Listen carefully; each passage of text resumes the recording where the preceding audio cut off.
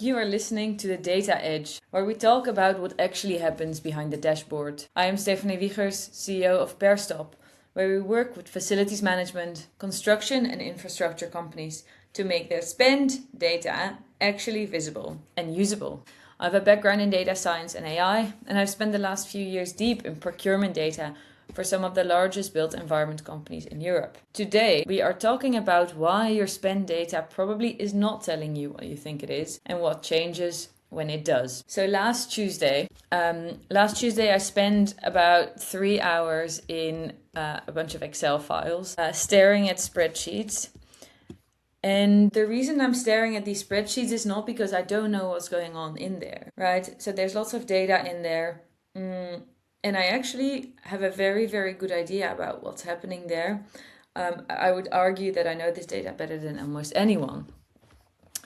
But I'm doing a quality check and I'm going over the procurement, the spend items line by line. And somewhere around, I guess, row 200, my brain just stopped being able to, I wouldn't be able to tell you, is it right what we're seeing here? Is it wrong? I literally cannot process it anymore. So we get to line, I don't know, by then 312, and we see cleaning agent, 5 liters, Viking Direct. I know this sounds very sexy. It's floor cleaner. Is it floor cleaner? So my mind goes, is that correct? Is this miscategorized? Should it be general purpose cleaner? And so this is obviously a bit of a perfectionism trap if you go do this by hand and these are things that you're going to be looking at. But it's also really important because what the system is doing, it's automatically classifying every single line. So every item that's been bought last month, every item that's been bought last quarter, every item that's been bought last year.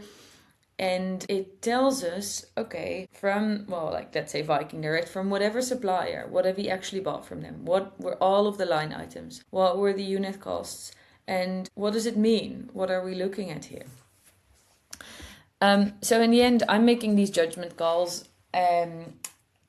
And at some point, I also get confused by just looking at the same stuff over and over again. The reason I do this, and I do this regularly, is because doing the reviews trains our models. And so every time, doing this costs me more energy than anything else I do.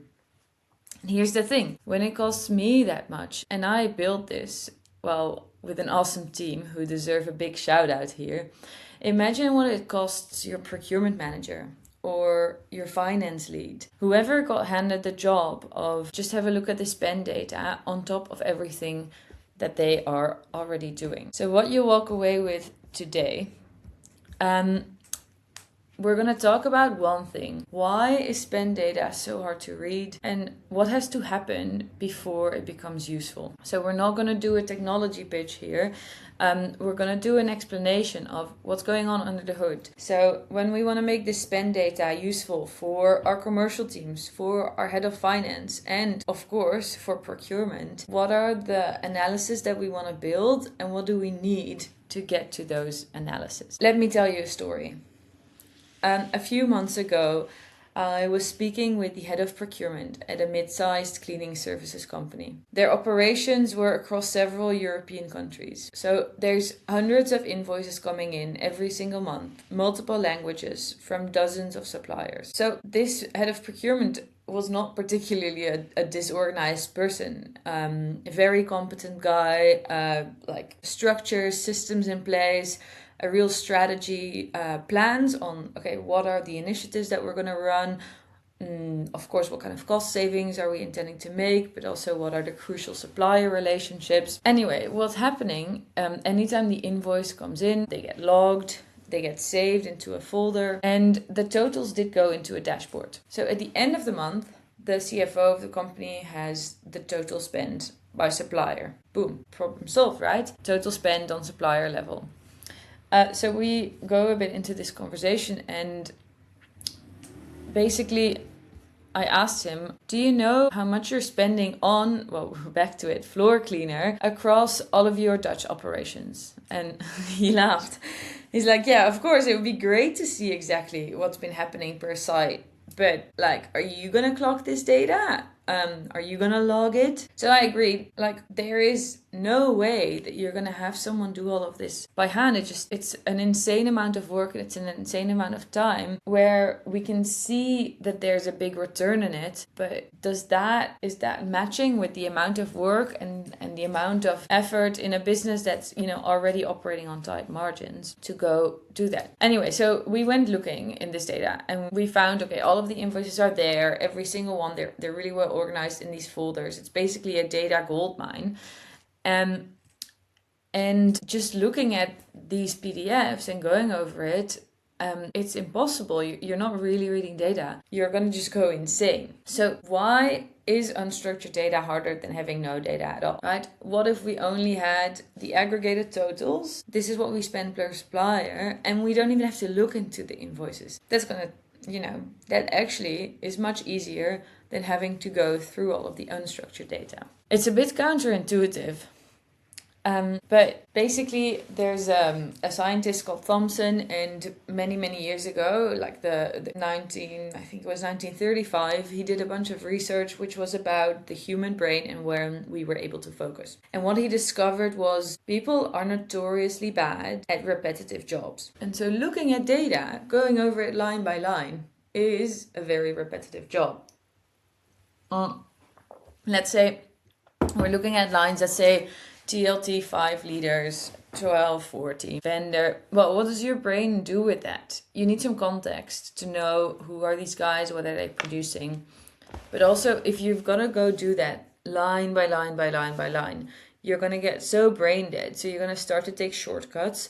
You're going to stop actually evaluating what you see, which means you still don't get to the actual quality that you might want while still having to spend a lot of time, because, you know, even if you're fast, it does take some time to assign a category to a line and say like, okay, we've copied all of the fields here and now we know what we're talking about. Anyway, basically the big fix here is you don't need to give it to someone smarter. We don't need more people. We just need to give this data a structure before anyone looks at it. And so then there's a process that we set up, or that everyone actually can set up. It's invoices come in on the PDFs, the data points get extracted, so in a structured table format, like Excel works fine, or using a procurement system, an ERP, and then clean and classify all of those lines so that they're all in the same format, the same structure, and they have just a code or anything that links to say this is what this actual item is. Bingo! The question on how much were we spending on floor cleaner in the Netherlands or in Germany or in our London sites, it's a question that now takes 4 seconds to answer, and then you can add the next one and the next one. And the next one. And so I'm gonna do the blue bucket example to show you what does this look like in practice, right? Okay, so you find out you've been buying the same 50-liter blue buckets from let's say 4 different suppliers, and the prices of these blue buckets have ranged from 620 to 1180. Same bucket, no one noticed, because the product descriptions, they're all slightly different. There's different suppliers, different invoices, and no one is looking at it that way because, again, people have responsibilities and a day job. So you find out that there's one side consistently running 40% over the category average on consumables. And so this usually happens because these sites don't know better. They've been ordering through a local supplier that they have a good relationship with, especially when there's been some M&A, these kind of things stay in the company. And so they'll be buying from suppliers that are not on the preferred list. And what we see is very often it's just because they didn't know that there was a supplier on the preferred list. And no one from finance or no one from another office actually knew that they were spending outside of the preferred list. So no one was really able to point that out. And then another big one that we've been seeing, and it's been laughing about it a bit, is how much do you spend on Amazon? And there's, of course, how much you spend on Amazon, but how much does your company internally spend on Amazon? Because we didn't realize that we were going to run out of gloves and we just didn't make the order. Or we've placed, 17 separate orders for Nespresso cups last month, whilst actually we've been doing that month after month after month. So maybe we can just order maybe once or twice because we know how much we're going to need.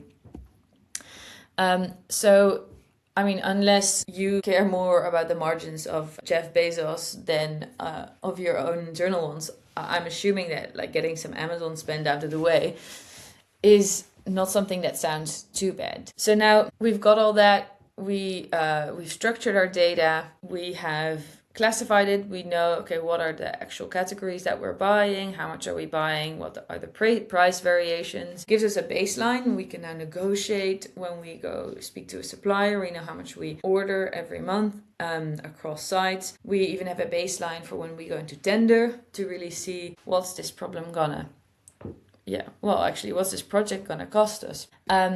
So all of these things, they feel pretty good when you get there. And so the question that remains is, why don't we already have this? Why isn't it not set up yet? And the answer is pretty simple. This used to be a very, very tedious manual job. Or, as I mentioned before, the India bureaus who do a great job, but also it takes a long, long time. Because someone has got to do it by hand, and it's still expensive, right? It's line by line, and you're still paying for someone's hours. So the real reason, well, especially most mid-sized FM companies, but actually we see it everywhere, even the bigger enterprise players have like more technology in place, but even there, the reason why it's not done is because it's really hard to get it right without the correct technology. So teams I'm speaking to big and small teams every day, and buyers are managing supplier relationship. They handle exceptions, they support operations, finance closes the month, and the dedicated data analyst who's sitting around and waiting to classify 40,000 invoice lines. So data stays unstructured. The dashboard is still at a supplier level. So the shift that really happened in the last couple of years is that classification, which is the part that used to require a person reading every single line, can now be done at scale with enough accuracy to be useful. So it's not perfect yet, and you'll see this. I really encourage you to, after listening to this, take a small piece of your data set and just upload it to Copilot or whatever the internal tool is that you're using, and see how does that classify. And then try the same exercise again and do that a couple of times. And so what we'll see there is it's like already pretty decent. And when you use a dedicated orchestrated pipeline, that's really the thing that's going to get you there, which is going to perform always in the same and consistent way and just handle all of the data quality heavy lifting for you. So what we've talked about today is what's possible in terms of procurement data, spend data. What do we see across sites? We talked about the blue bucket, and how literally being able to see how many blue buckets have we been buying across sites, at what price, from what vendor, in what quantity. What does that do for us, and what can we learn from that? If any of this today sounded familiar, the supplier level dashboard, the folders full of invoices no one's looked at line by line, that is exactly what we work on at Pearstop. We take 1/4 of your data when we get started, we clean it, we classify it, and we give you a clear picture of what's this telling you. There will be a link in the show notes. But more importantly, thank you for listening to today's episode of The Data Edge. If this was useful, send it to someone who needs to hear it. And I will see you next week.